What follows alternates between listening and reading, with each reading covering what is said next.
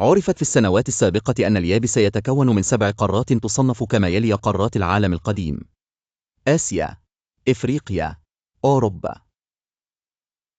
قارات العالم الجديد: أمريكا الشمالية، أمريكا الجنوبية، أستراليا. القارة القطبية الجنوبية أنتاركتيكا.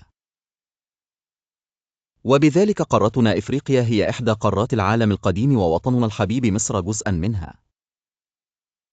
مساحة قارة إفريقيا: تعد إفريقيا ثاني أكبر قارات العالم من حيث المساحة بعد قارة آسيا. تبلغ مساحة إفريقيا حوالي 30.4 مليون كيلومتر، وهي بذلك تمثل 20% من مساحة يابس الكرة الأرضية. قبل أن تتعرف على موقع قارة إفريقيا يجب أن نعرف ما المقصود بالموقع الفلكي: موقع المكان بالنسبة لخطوط الطول ودوائر العرض. الموقع الجغرافي هو موقع المكان بالنسبة للأماكن الأخرى: بحار ومحيطات وقارات أو دول مجاورة. الموقع الفلكي: تمتد قارة إفريقيا بين دائرتي عرض 37.5 شمالا و34.5 جنوبا، أي تمتد في أكثر من 70 دائرة عرضية، وخط طول 51 شرقا و17 غربا، أي تمتد في حوالي 68 خط طول. يمر بقارة إفريقيا 3 دوائر عرض رئيسية، هي: مدار السرطان في الشمال، دائرة الاستواء في الوسط تقريبا، مدار الجدي في الجنوب، وخط جرينتش في الغرب.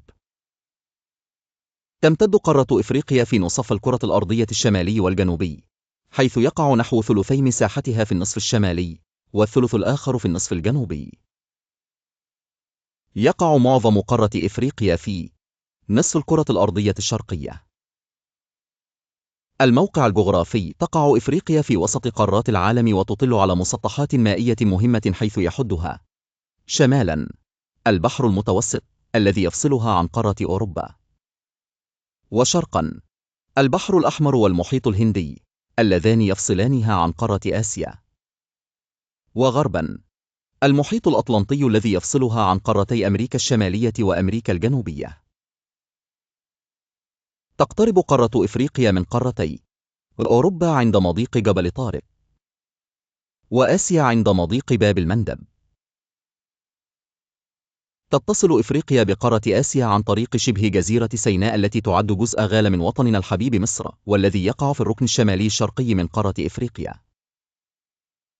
ولشبه جزيرة سيناء أهمية حضارية واستراتيجية كبيرة عبر العصور، بما تفسر لها أهمية حضارية بسبب انتقال بعض الثقافات والحضارات عن طريقها من آسيا إلى إفريقيا، مثل الحضارة الإسلامية.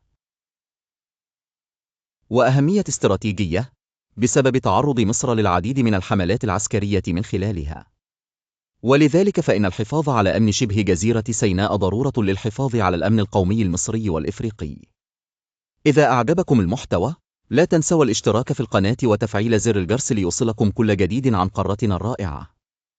نلتقي في الحلقة القادمة مع مستر فؤاد.